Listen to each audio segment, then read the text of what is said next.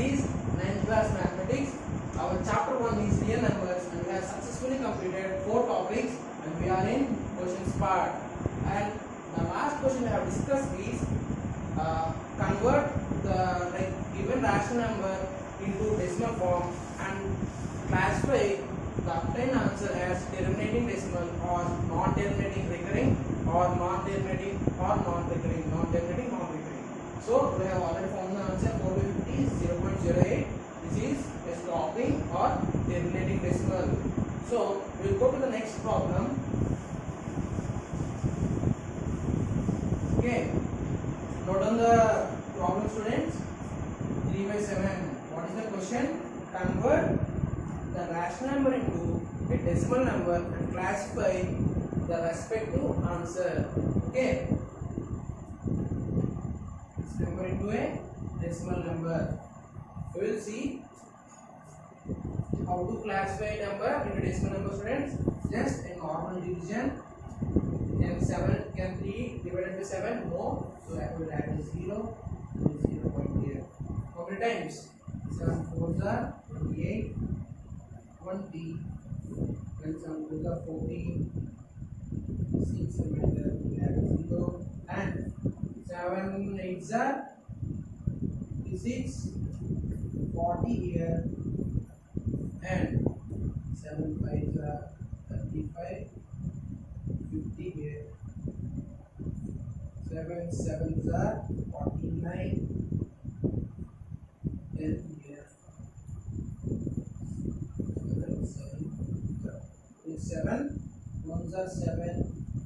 30. So here we got the initial number. So we can say that the value of 3 by 7 is 0.42857 bar. If you want to check further, go 2 steps ahead, students. Just write the steps. 7 4 are 28, 20, and 7 2 are 40, 60, and 60. 7 8 are 56, 40, 7 is 35, and again it continues. That means it repeats. So we can say here this part is recurring or repeating. So to which classification does 3 by 7 goes, students? It goes to non-terminating, means this not stopping. It will go further. And recurring, here which part is repeating? 4 2 8 5 7 1, and again 4 2 8 5 7 1. So a part 2 4 2 8 5 7 1. The value of 3 by 7 is equal to 0.428571 bar, which is a non-terminating, means not stopping, non-terminating, but it's a recurring, repeating decimal. Okay, students, a little big problem. Pause the video and note it down. I'm just going to arrest the code.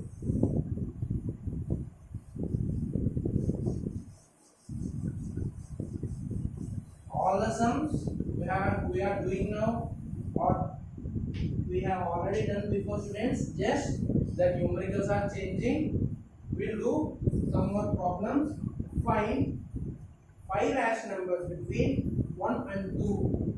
This is an interesting question, students. Find 5 rational numbers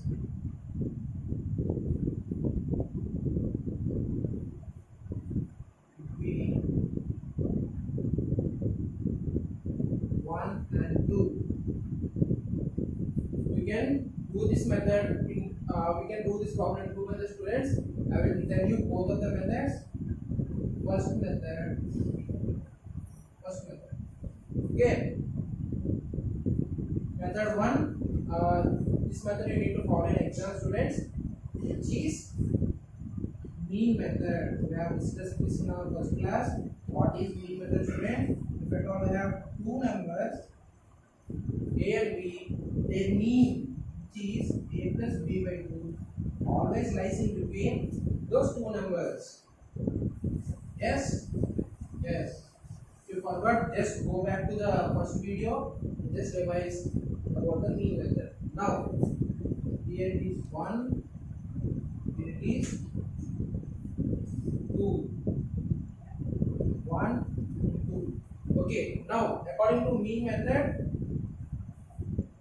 method says if a and b are two numbers, then the mean of the numbers a, that is a plus b by 2, always lies in between the initial two numbers a and b. So here a is 1, b is 2. We can say 1 plus 2 by 2, which is 3 by 2, lies exactly between these two numbers. Yes or no? Now consider these two numbers. It means 1 and 3 by 2. 1 and 3 by 2. Now again apply the mean method for 1 and 3 by 2. When you apply mean method to 1 and 3 by 2, a is equal to 1 and b is equal to 3 by 2. That becomes 1 plus 3 by 2 by 2, which is 5 by 2 by 2, 5 by 4. So we can say the mean of 1 and 3 by 2, which is 5 by 4, lies between 1 and 3 by 2, which also lies between 1 and 2, which is our question, students. So 5 by 4 is also one of the answer.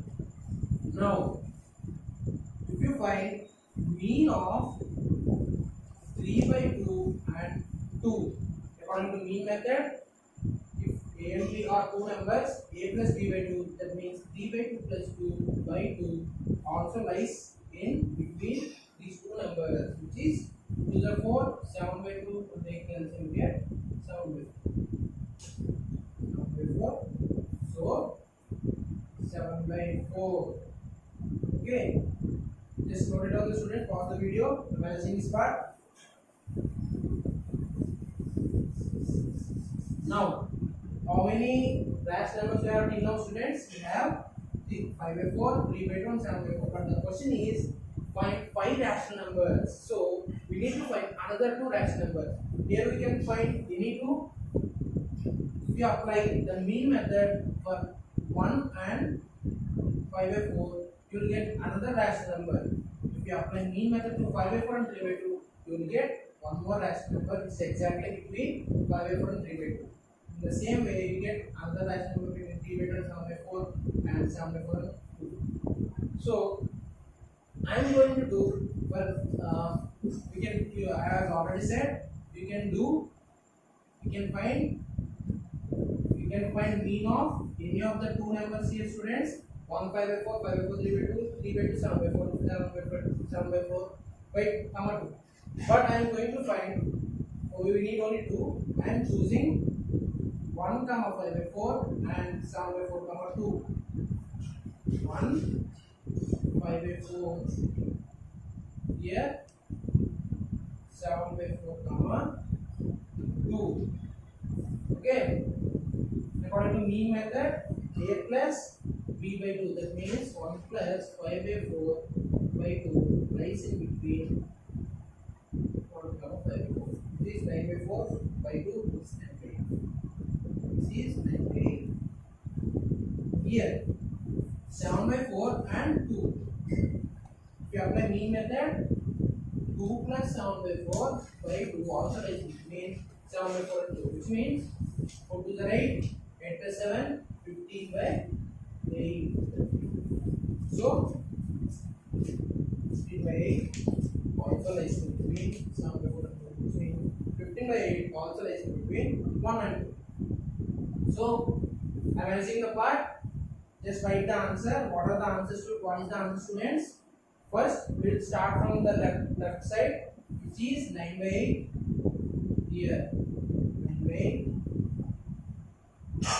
comma 5 by 4, comma 3 by 2, comma 7 by 4, comma 15 by 8. Okay.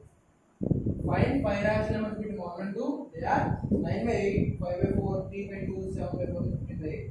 We have done all the process. If you are confusing at any numbers, just go back in the video, check for the respective numbers. Now, we will see the second and most easiest method for finding numbers between two numbers. This is not in your textbook, students. Just remember for easy purpose. Okay, when you are asked 1 and 2, here we need to find 5 rational numbers between 1 and 2. And what is the length between 1 and 2, students? It is 1. Yes or no? On the number line 0, 1 and 2. Here, what is the length? 1 unit. Yes or no? Now, we have 1 unit and we need 5 rational numbers. How it is possible, students? We have 1 meter length of 5 and you need to do it 5 parts. How can we do? Just divide it with 5. So, what is this method, students? This is mean method, another simpler method.